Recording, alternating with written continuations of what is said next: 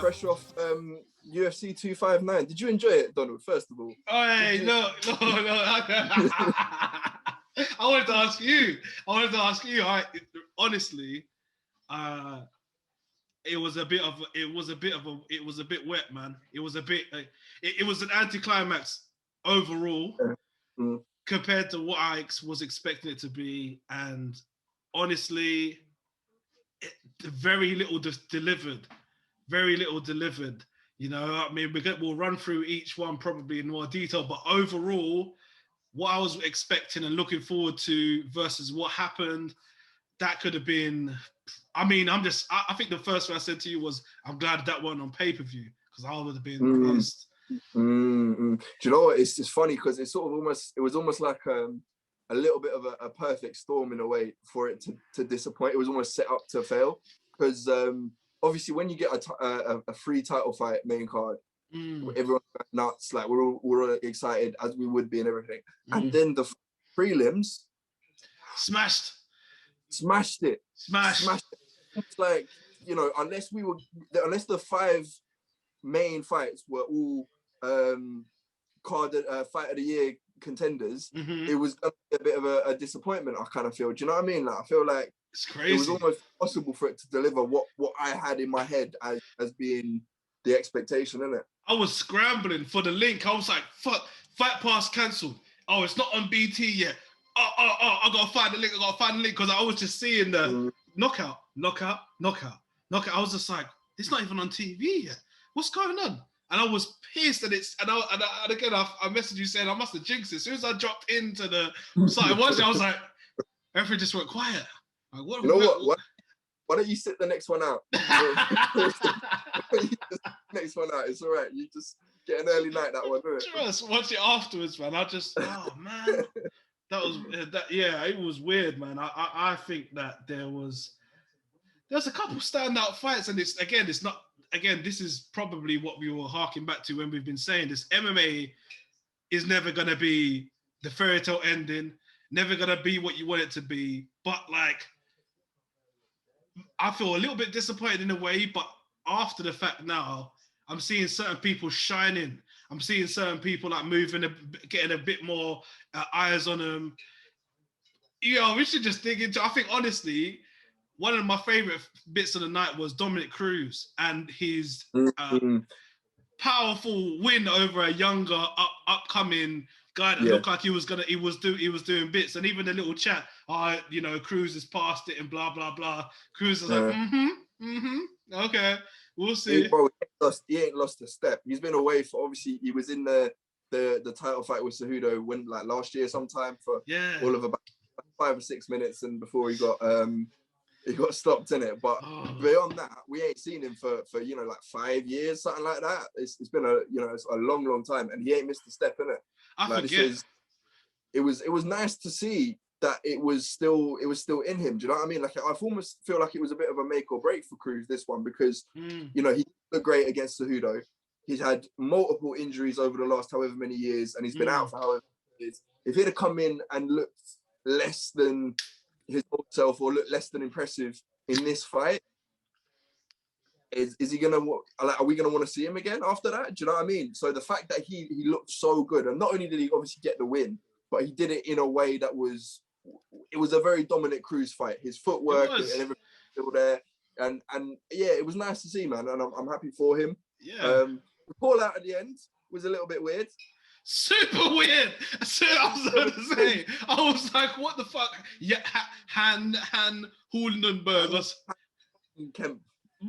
I'm like, who? Why? What? What's going on? But it made me look, though. I have seen this guy on Insta like a lot, and he's always around the fighters and whatever. And since this Dominick Cruz call out, I kind of went back and I was looking at some of his pictures and whatever, and it sort of clicked in my head. I was like, oh yeah, like they wouldn't do this unless they was sort of forced to, innit? Like this stuff, like he's got fucking Chael Sonnen on the back of a motorbike, like looking upset, bro. He's forcing them to do photo opportunities and okay. There was one with Dominick Cruz on like you know when you have like back in the day and you have like a push bike, innit? Yeah. And someone will handlebars on the front of the handle. What? And it's like Dominick Cruz, like being all like, 5'4" of him or whatever he is, isn't it? Sat on the handlebars of this big fucking guy, and it was like, it made him look like a child, didn't it? Yeah, so it's forcing it. I'll be pissed if someone made me sit on their handlebars like a goddamn child, especially when you're like twice the size of me. Super weird, man. Super weird. And that was, and I love how Dominick Cruz is like consistently the one tone. Even when he wins, he's just there. When he loses, he's just there. And even when he's calling out this guy, I was just like, yeah, I'm not angry as such. I'm just saying what it is. I'm just, this guy has been trying to think for a long time, and I'm here to tell him I'm ready to fight him. What's the problem? I think he's just joked the way he just consistently is same self the whole time, man. And good on him, man. That was an exciting fight. That was a good scrap, and that was a thing that I was just I didn't know it was going to happen. I hoped it happened, but even if seeing his record, I think it was 22 and 3. 3, I think. Yeah. Certainly not more than that. Certainly not more than. That's good numbers. Cejudo and like one other that I can't quite remember, but yeah, no, he's got a good record, man. Good record. Yeah, isn't it? 35 or not, he looks like he's ready to go. But obviously, that guy's don't know how good quality that the Casey. Kenny, yeah. I mean, look, if you're getting matched up with Dominick Cruz to begin with, isn't it? Like you're someone, isn't it? He's certainly not a fighter that I've paid particularly close attention to in the past. No. I feel like I have, seen him fight and just sort of not really maybe giving him the attention he deserves or whatever. But, look, you're in the UFC and you're getting matched up with Dominick Cruz. You're not a clown in it. You're not a chump in it. So. Yeah, the last fight I did see was against English boy Nathaniel Woods. And of course, yeah, you did say. It was such a tear up. It was kind of, there wasn't no clear distinguishing. They were both like really going at it. So there weren't no like clear one person's shining and one person's getting shit on. So it was kind of like it kind of like fizzled out into nothing really. And then when I saw him again, I was like, oh, okay, people must care somewhat. And Nathaniel Wood is a good fighter, but that's if you get a win over him, then again, like I say, you're not a chump in it. Like yeah, he's doing bits, man. I mean, played for him in himself as Casey Kenny, innit, to have a win over Nathaniel Wood. I think that's decent, man. Yeah. He's doing bits, and I think I might be wrong, but I'm pretty sure the performance of the night, fight of the night, bonuses was all prelims. I don't think Danny gave it to anyone in even. I think it's all early prelims. I think all the KOs. I think all the younger guys when the fight of the night was. Kennedy versus Ulberg, Izzy's teammate. Because it was just a fucking barn burner, innit? That's what they called it was. That was just pure offense, no defense on display whatsoever, man. That was pure, no head movement, blocking punches with your face. Just it's fun to watch. Swinging and banging. It's fun to look at. It's fun to look at, but I also feel a level of like, don't look. This is kind of joke. When it happens, it's like, oh man, because I'm always looking at it from show the boxing fans that we ain't shit over here, yo, And I'm just like, that is the worst kind of like, if I saw that Teddy Atlas doing like a breakdown analysis of that, I definitely would watch it because he would just be tearing it to bits, innit? I just think it was obviously entertaining to look at as a spectacle, but as a MMA fight, it was pretty stupid. And for me to see that, because I thought that Ulberg guy, I don't think everyone said he's next up. I think they just said, just because of his association and his gym, he was. Well, look, we've seen so many fighters from City Kickboxing do well now. Do you know what I mean? Like, regardless of if they're going to be, like you say, next up or whatever, they've done very well. Like even Kai Kara France, he's done good. I forgot about that. I was fucked in actually. We get onto that. No. That's gonna have its own talk in it. But yeah, like you say, we sort of expected maybe a little bit more from him, from Ulberg. He's been training with these top guys. He's got youth Coach Eugene Behrman, is it? Behrman, I think. You know, you've got him as your coach in your corner. After the first round, you would have thought even if things weren't necessarily going to plan in the first round, you'd have had a little word and been like, look, maybe don't block with your face, innit? Maybe don't. And this is what I wanted to ask you. I actually wrote this one down as a question as I was going after. Mr. Prepared. Yeah, Stephen A. Smith. I'm getting the hairline already, but I was gonna say, do you think that when these things happen, when you start to get these, all right, when a gym or a dojo or like a collective or like an AKA top team city kickboxing, when they become SBG, once they become a known name, obviously there's bare gyms, there's enough gyms, but once they become common kind of terminology in the kind of MMA circles and communities, they obviously start to hold a bit of weight. Do you think when these guys come out of, say, city kickboxing and it's like up here because they've got the champions, but then they have like fighters that do the Oldman performance, do you think that starts to chip away at the legitimacy of the Eugene Behrmans and the Coach Kavanaghs? Because when Conor lost and what Coach was saying before the Dustin fight versus what happened in the octagon, I was like, oh no, like I put a lot of belief in what they're saying. As it's not promotion, obviously there's an element of that, but like I feel like because the coaches seem to me when I watch, I feel like they are so like in love with the game. They're like almost fans of their students because they're like, this is the best demonstration of the game in the game. So when they when they do performances like the Oldman performance, I'm like, city kickboxing, what is that? Just like a pay-as-you-go thing, or is that like a subscription-based membership? Could anyone just rock up in there, or what's happening? So, do you think that it starts to chip away at the reputation, the kind of clout that a gym has when their top fighters or their named fighters start to lose? Because again, a little Tiger Muay Thai. They're going up. Their stock's risen from Volkanovski, and even though Peter lost, or Piotr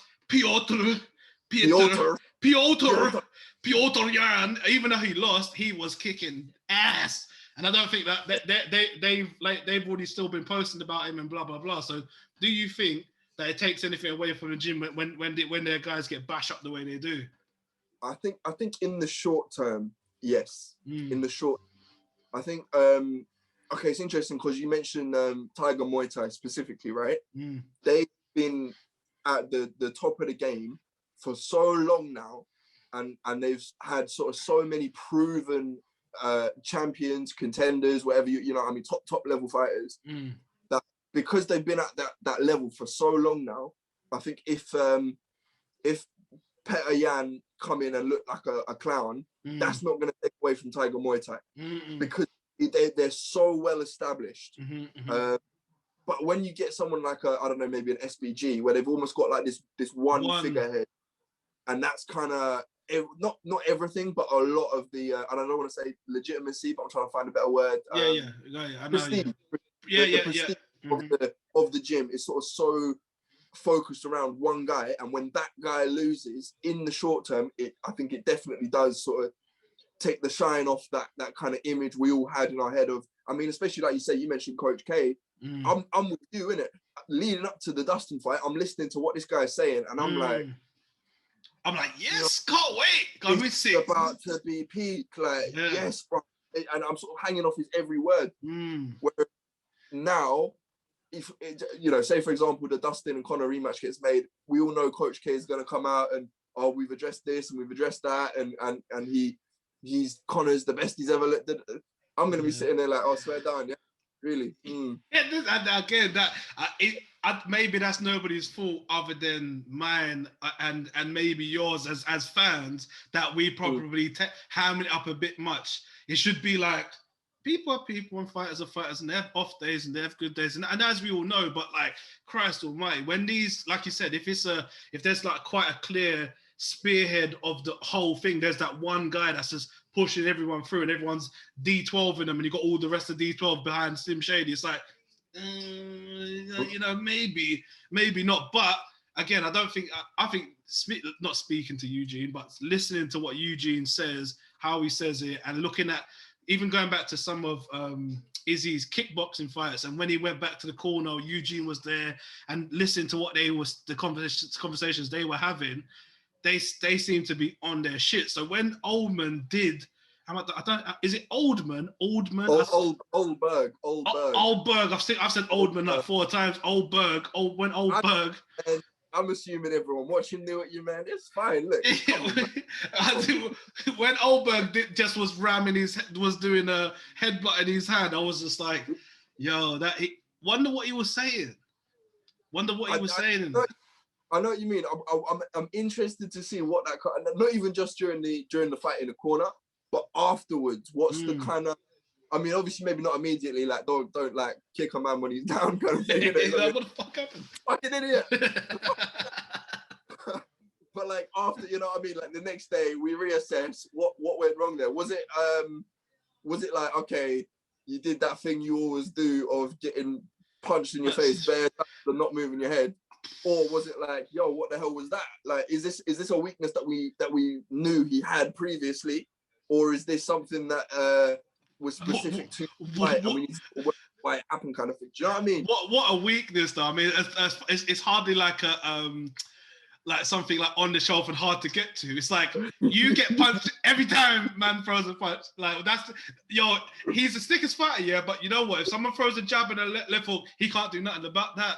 That's just too much for him. He just clams up. He's crazy. He's the best. Oh shit, it's big. Yeah, man. It was terrible. That needs to be addressed, doesn't it? Let's put it that way. It should do, because I feel like Eugene will be spitting feathers, and I don't know if he cornered him for that fight or if he got somebody else to go and do that for that fight. But it was pretty shit. As far watching it, no real investment in Oldberg. And you say he comes off of a Contender Series. He's yeah. This was his UFC debut. So he beat someone. I forgot. It was another Oliveira, no relation to Charles, in it, but someone called Oliveira on the Contender Series. Knocked him out, I think, in either the first or the second round, something like that. Everyone was this guy looks really good. And one thing I'll say, even in the Kennedy fight, he had good offense. He had really good offense. He had good competitions, and he nearly even finished him in the first round. There was a moment where I think Herb had to have a word with Kennedy and say, look, yeah, like, show me something, innit? Ooh, okay. And it nearly got called, innit? And then in the second round, it was like, okay, that's this mad, is just that whole thing of like coming to these realizations, literally learning on the job.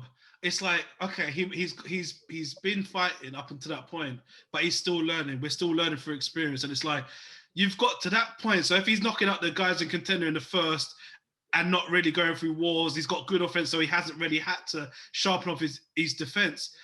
Yo, that's crazy. Imagine getting to that level and then not having to do those things, and you're already at the UFC on the biggest stages. I'm just like, raw, do those things actually have to wait till they happened outside of the gym for them to be addressed back in the gym at that level? That seems crazy.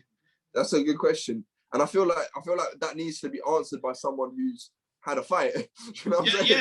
And that's what I'd ask. That's what I'd love to ask a coach, because it's like, and obviously the whole thing of not be able to recreate it in the sparring environment and yada yada yada yada yada. But somebody must have been sticking it on him in the gym. Otherwise, you got a bunch of yes men, and if you got a bunch of around, that's crazy. Yeah. You would really hope so, innit? Like, it's mad. And listen, this is the thing, right? Again, it even goes back to the point about coaches losing prestige and whatever, innit? And does that not raise the question? I'm not saying it does. Not me trying to sort of put any kind of shade onto City Kickboxing or say it's me. Say it's me. I'm saying it. Yeah. Go on. Say I said it.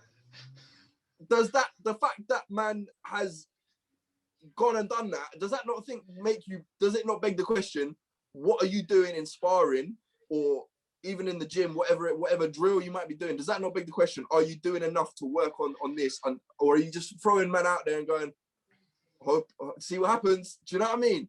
Maybe the reality of it, which is I wouldn't be able to tell you, but I'm just trying to think of a logic behind it. Maybe that coaches can identify that, and you'll know this as well, there's certain men in gym that are gym kings and they're gym destroyers, but they're not stage performers. And then maybe there's a vice versa where you look at him and think, he won't get touched up like that in the real thing because he's a stage guy. So we'll let him get jabbed, but he got his face jabbed off today again.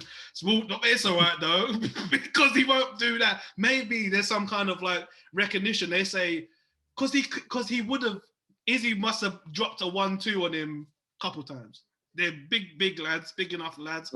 They must have had a go. And I think even in jokingly, Izzy giving him a couple, he must have thought, wow, man, I can't get out of the way of none of these. Like, what the fuck? I mean, who knows? Maybe it was a sort of a Cody Garbrandt situation where he just gets in there and he's like, bruv, I need to bang this guy. Tear up. And the emotion. Going back to what exactly the gym guys that can't do it on the big stage. There's multiple reasons for that. It's not just one type of person, and it's like, they can't do it because they get stage fright or whatever in it, and that's the only reason. There's multiple reasons why that someone might fit into that category of a killer in the gym and not being able to recreate that on the big stage. You know that's what I mean? Crazy. That's a mind fuck in itself. I think that's fucking mental. I don't know what's going on there, but like I would like to think that if I was shutting down shop in behind closed doors, I'd feel the same way. And if you can't surely it's easy for me to say, so easy for me to say, but I feel like if I was shutting man down in the gym, I know that I'll shut man down on road. Therefore, I don't care who's watching. I'm going to switch that off and perform in any situation. But we've seen that like it just doesn't work like that.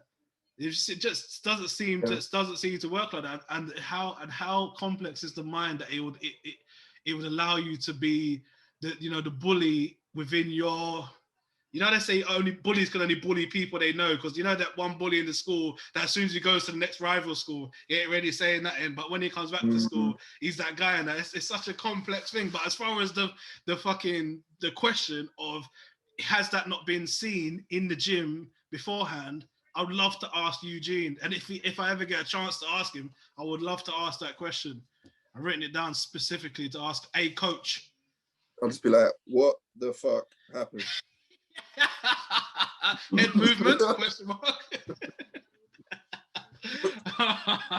Man, it's crazy. I mean, that's okay. So, the thing is, every time when I think back to 259, or when I ever think back to any event that I feel like a little bit let down, and I actually kind of pull it apart, it's quite a lot that's happened, really.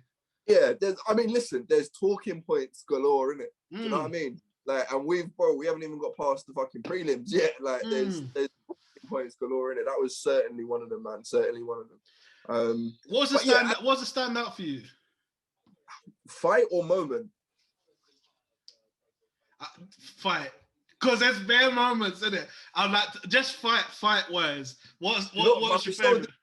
It's so difficult. Favorite, like, okay, what was my favorite to watch was probably Kennedy versus Allberg, because it was that entertaining kind of stand and bang. It's just two people having a scrap. That kind of entertainment was there. But in terms of like, there's so many different ways to kind of clarify and quantify it. Because most impressive, I guess, had to be Amanda Nunes, because you know what? And how I should be ashamed of myself again. I knew I was gonna feel like this anyway. I'm not moved. I don't care. And if you like you said, like, it's like performance, like to be head and shoulders above everyone else. Like on paper, I feel like I'd have to do the right thing and say, performance-wise, Amanda was head and shoulders above. But it's out of two for me, because Islam, performance-wise, it's out of those two. It's for me. It's out of performance-wise. Yeah.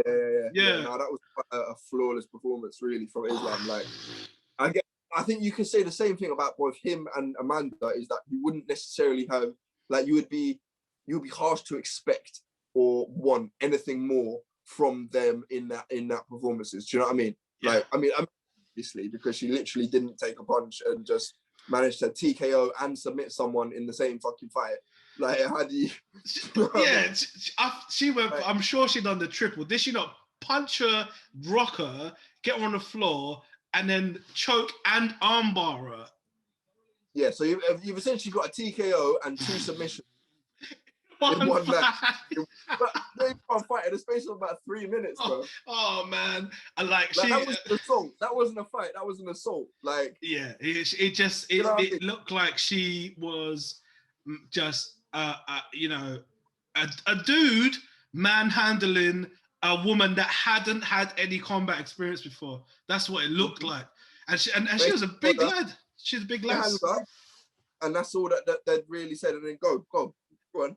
And did you see when she like went for the she like shot a double, and I was thinking it looked like she'd flashed back to something and she wasn't where she was in real life. It was like, you know when I see this drill, it's like left, right, shoot, left, right, shoot, left, right, shoot. It just looked like she was just in the gym and she was like, oh, this is what I do now. No total disregard of what was going on in front of her. I don't think I've ever seen Megan Anderson shoot a takedown before. That's what I mean. Like, what you saved it till then? I could be totally wrong in it, but do you really know what you're doing there? and what's gonna happen when and if it was successful? Similar to when Connor on Nate won. You a wrestler now, huh? You got to take down now. What? What would have happened? What would happen? Same thing. Exactly the same. Exactly the same thing. She would have got to that position, and I mean, it's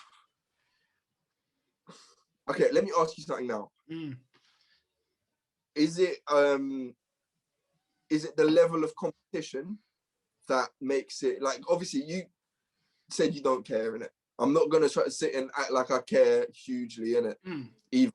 It's only because the level. Yes, go on. Sorry. Yeah. Is that the level of competition or the dominance of the one athlete? So say okay, if we were in the I mean, I guess we kind of have seen it to an extent in the lightweight division with Kabwham, and people definitely care. But is that because everyone is on the level and he's just the level above? Whereas with Amanda, it's like she's on the level and no one else is. Sick.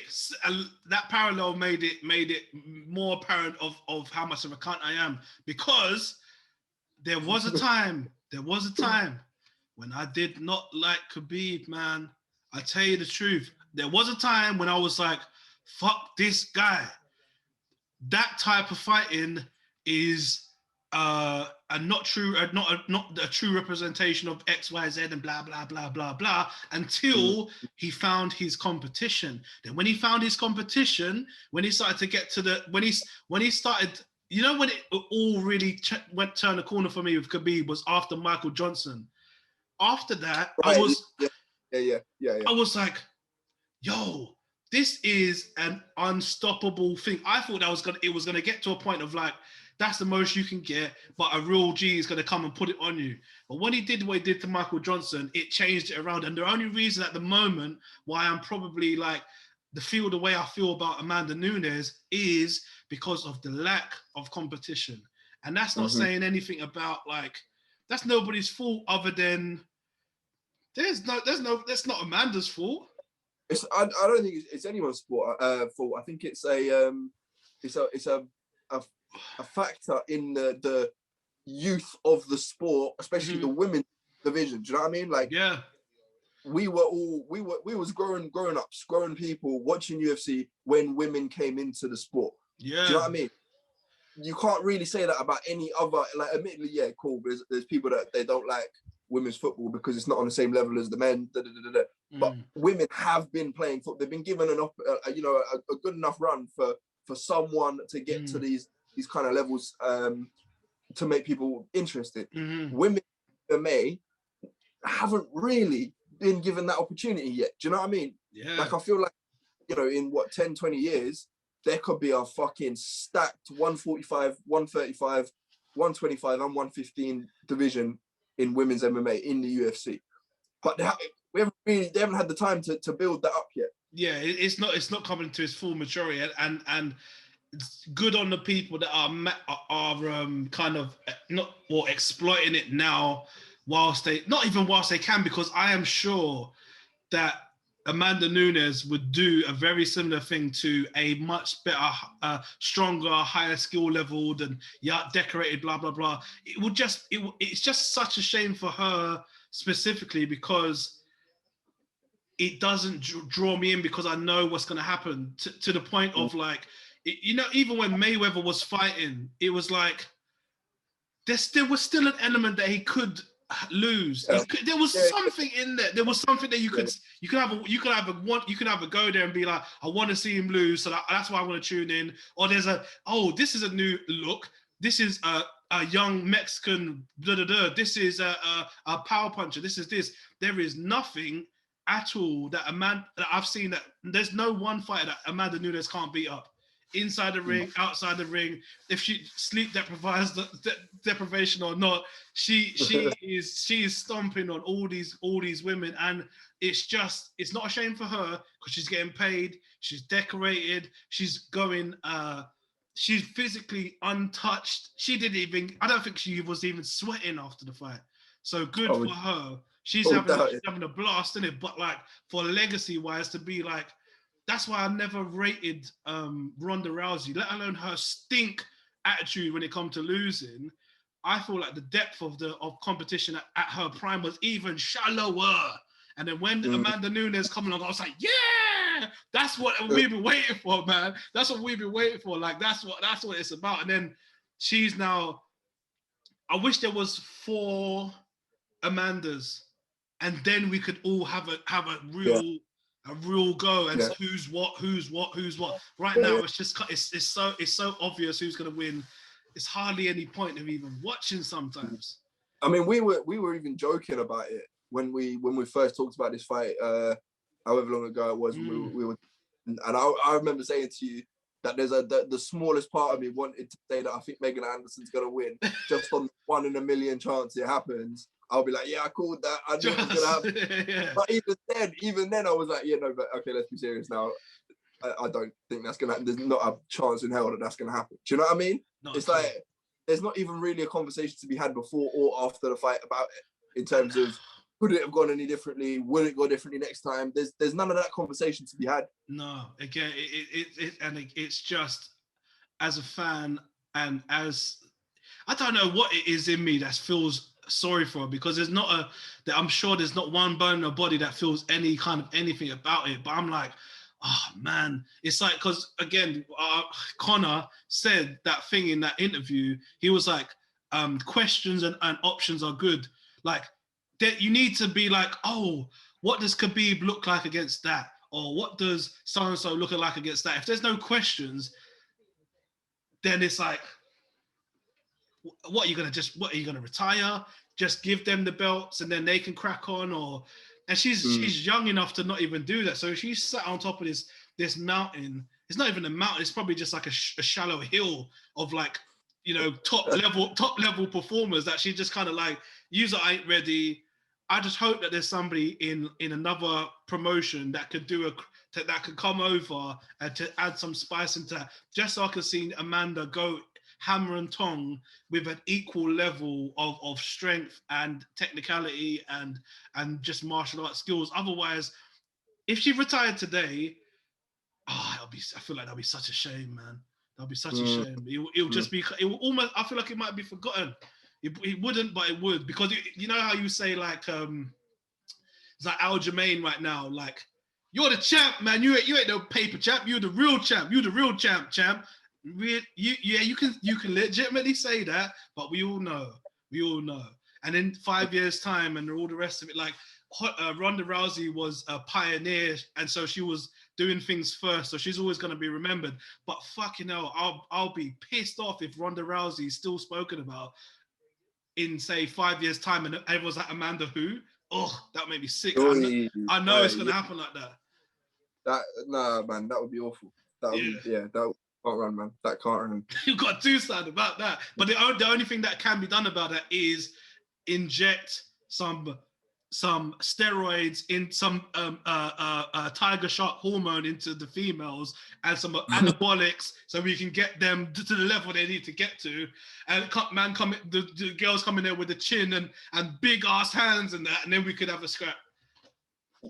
Yeah, no, I'm with you 100%. And like, bad as it sounds, isn't it? Do you know what I mean? Bad as it sounds, but look, we got to be honest about how we feel, and we're probably not alone in this, innit, as well. Like, Cyborg's gone, and that was the only legitimate rematch I would care to see. I would care to see that. Do you know? Okay, look, I wouldn't mind, and this is the thing, right? We're sort of, I think this goes to illustrate the point, is that we're kind of clutching at straws here a little bit, but I wouldn't mind seeing the Shevchenko rematch for a third time. Yeah, it's third time's the charm. Yeah, third time's the charm. Trust me. You know that was where it's like, this is the stage come to where it's like, okay, we're literally talking about someone that she's beaten twice, and I'm like, well, that's the fight for her, though. Do you know what I mean? It's still more interesting than anything else, and that's a shame. As much as Dana says, you know, she's the best and good on her, and she's this and she's that, there's got to be something in his mind thinking, who the fuck? How the hell am I going to make this worth her while? I need to feed her with something. And like, what the fuck am I going to feed it? Because not only is it bad for business, it's like, she needs to get paid. And not only does she need to get paid, she needs to kind of like earn her championship keep. Because if it's just like more of what just happened on the weekend, fuck, you know, that's some easy money, man. Like, okay. I mean, even the motivation to get in the gym and give it 100%. Yo, she don't even need to. After that,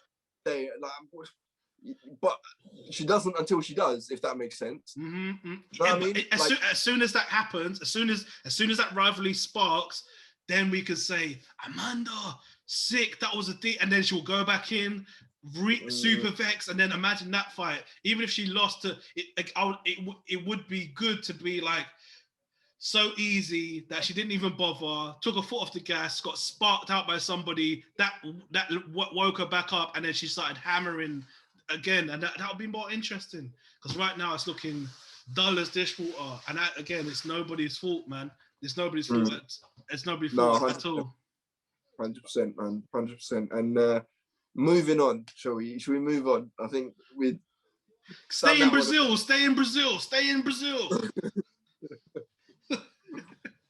But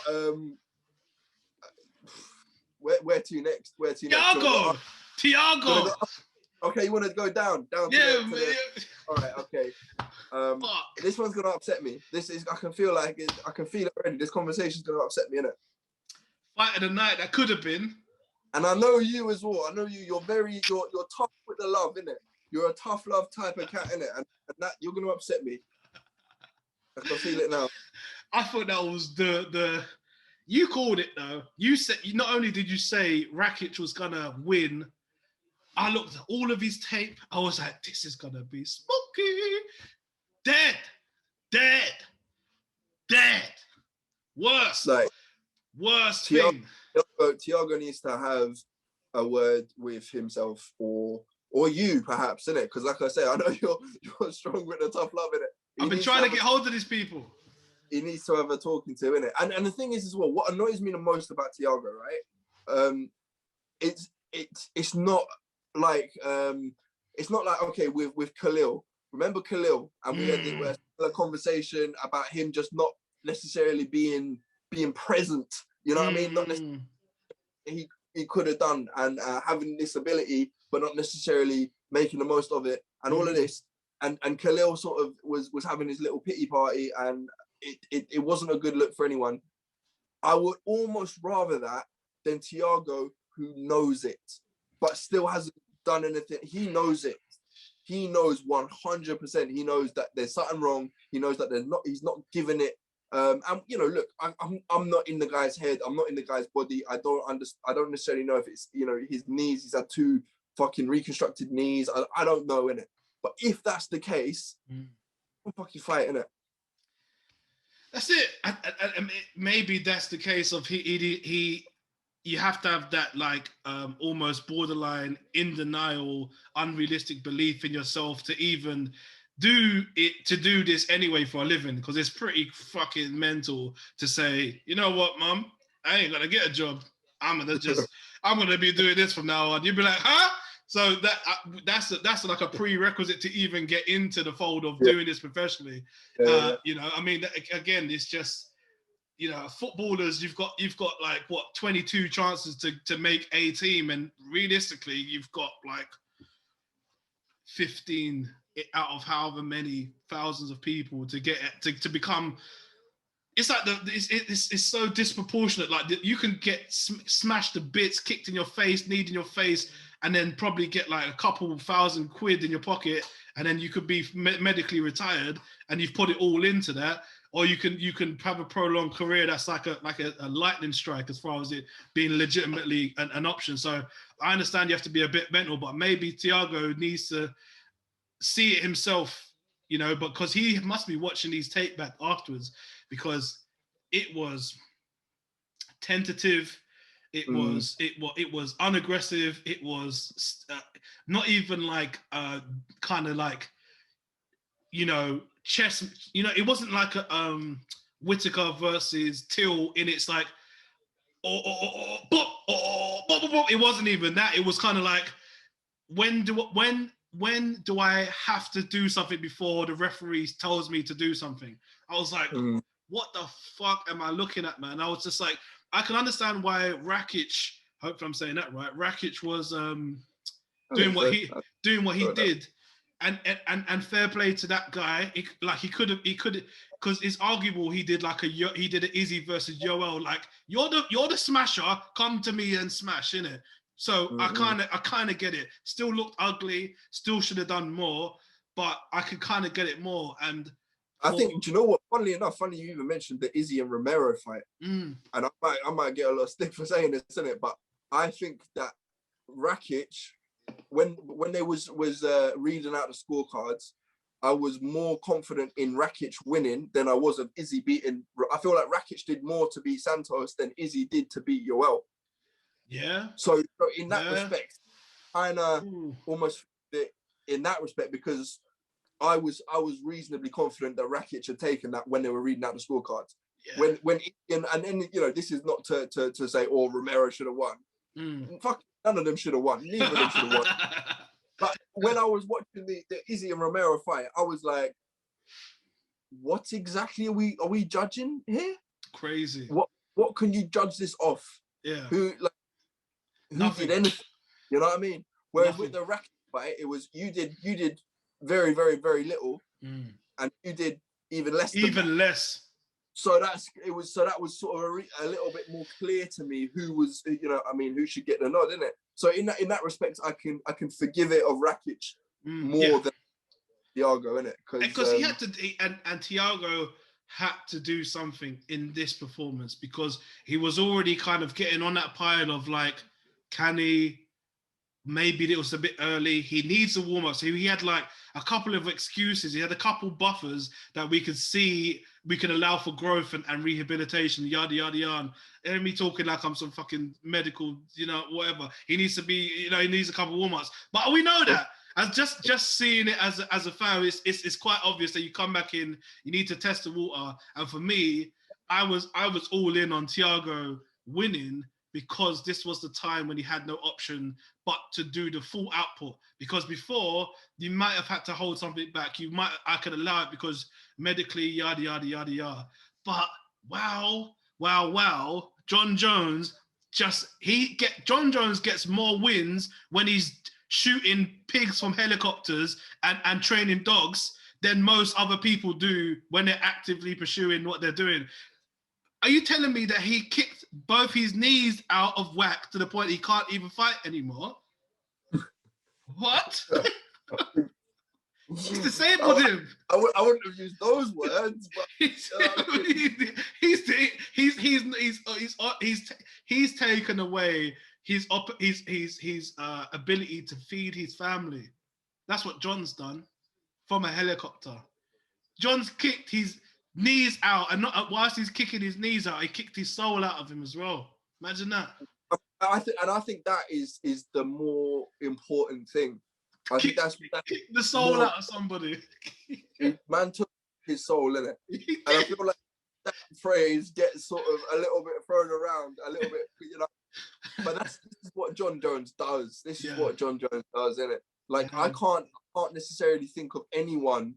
Okay, DC is the exception. I can't necessarily think of anyone beyond DC who's lost to John Jones and then gone on and done bits.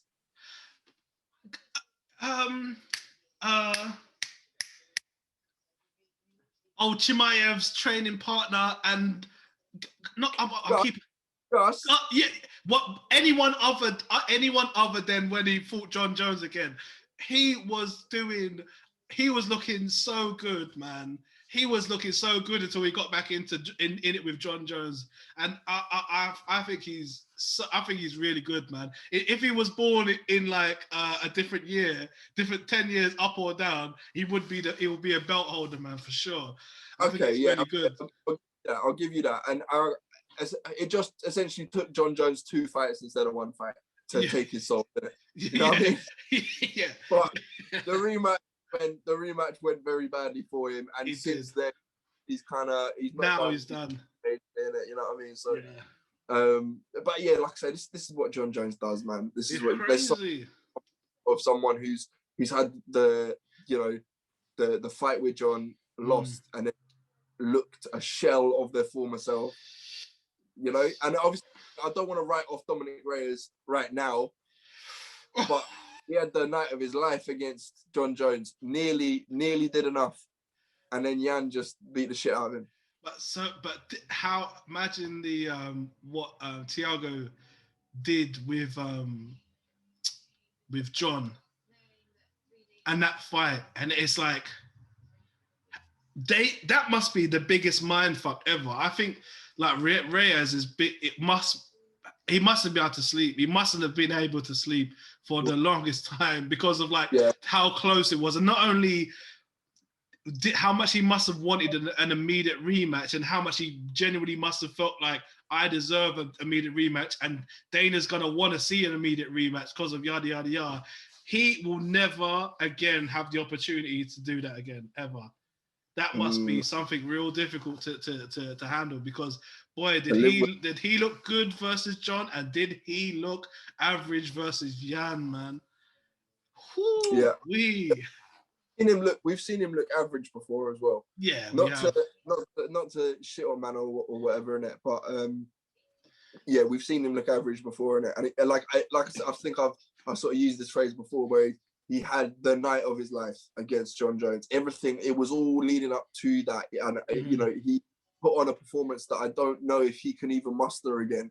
I think that was it. I think that was his Illmatic or reasonable doubt. He dropped his life work that day, and then that's it. He's out of his place because he looked crazy. But